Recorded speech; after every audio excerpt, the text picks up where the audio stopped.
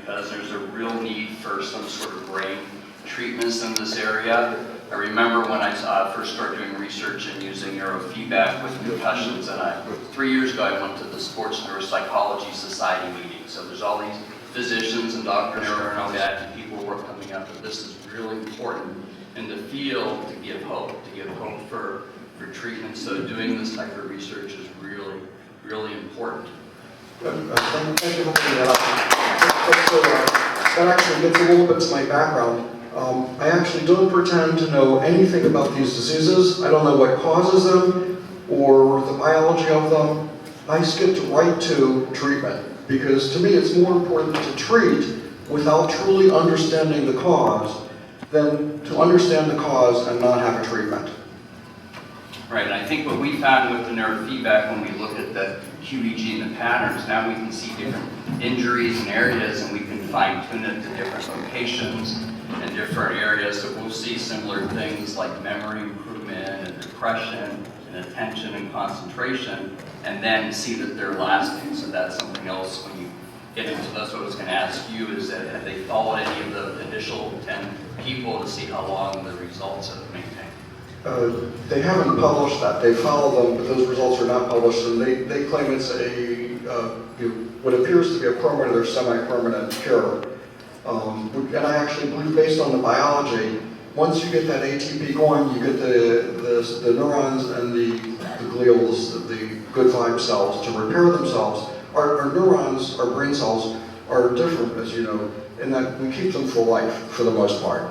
So once you get them into a good vibe, into a good, feeling good, they can repair themselves. Obviously there's going to be billions of cells that will never recover, but I think you touched on something else, which is there are many ways to treat many of the symptoms, and even though some of the work that you do, Dr. Linden, it's not necessary to have 100% understanding, and we'll never have 100% understanding of how all 80 billion neurons in our brains are connected. So I think it's more important, at least from my perspective and perhaps from yours, to spend at least as much focus on how do we treat this, and we'll let somebody else figure out what caused it. I have a quick question, if I may, and thank you for that. What does the laser actually do? Because I think of a laser as something that burns or destroys, and so having had a concussion, I use the science of yoga to heal myself, and I chopped vegetables a lot and did different techniques, and I'm sure that I have some lingering symptoms, but I'm just curious what the laser actually does. Sure. So lasers come in different. If it's a surgical laser is a pinpoint laser that focuses a lot of energy and will zap or burn. If you've had skin lesions taken off, or wrinkles removed, or fat, or anything else, depending on what stage of life you are, that's all using a laser that zaps or burns.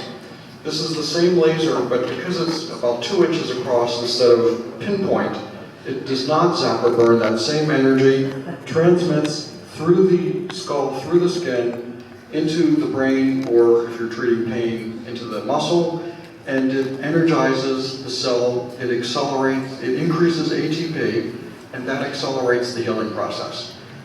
So in the case of this type of transcranial laser therapy, it's all about getting the laser in, increasing ATP. ATP is the key to life. Thank you. Excellent.